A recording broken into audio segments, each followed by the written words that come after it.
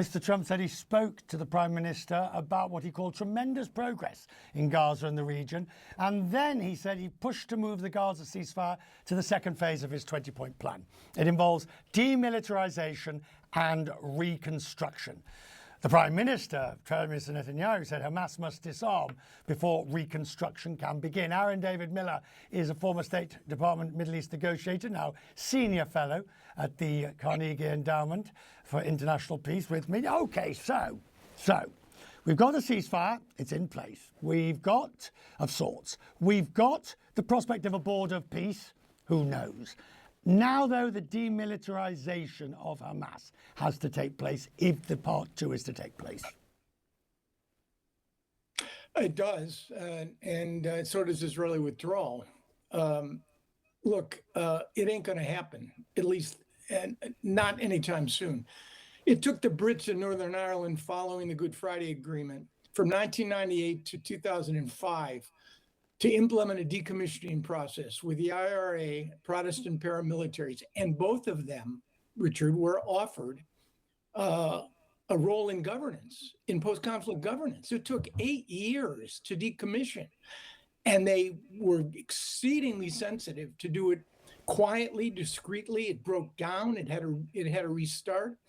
The notion that Hamas is going to give up its guns before the Israelis withdraw, or frankly, before Hamas gets an opportunity to take over the Palestinian National Movement, which is what they want, slim to none. And I'm sorry to say, for the sake of the 2 million Palestinians in Gaza and Israeli civilians, slim already left town. They could do performative demilitarization and decommissioning, but they're not going to give up their guns. Can I ask you about the Board of Peace? What role is this going to have? Because the Board of Peace was set up specifically with Gaza in mind. Never mind whether it's going to be UN light. Its raison d'etre was Gaza. Yep. Look, boards of peace don't mediate conflicts. Mediators mediate conflicts. The president knows this. He mediated, unlike all of his predecessors, brought extraordinary degree of pressure on Benjamin Netanyahu to do phase one. And he's got his son-in-law and one of his best friends, Stephen Witkoff, mediating or trying to mediate deconfliction with Iran and Russia-Ukraine. No, this is an Operation Tin Cup exercise, it seems to me, to raise money. And the countries that have signed up fall into three categories. One, friends of Donald Trump. Two, those like Benjamin Netanyahu who want to remain friends of Donald Trump. And three, a lot of countries, sorry about that, lot of countries don't have the legal, constitutional, and political obstacles that need to be overcome to sign up with a board where the President of the United States has a veto, according to the charter, over all the proposals. This isn't serious. As a fundraising arm, Tin Cup, it could probably raise some money. I'm sitting here in Washington, wait until next week and see who actually shows up to the meeting.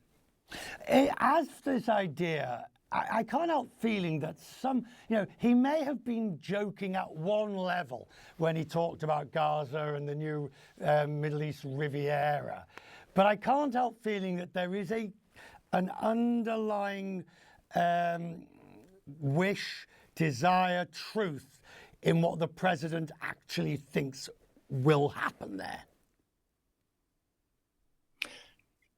In other words, that he actually believes that Gaza can be a real estate deal and turned into a place where there's security and prosperity and development.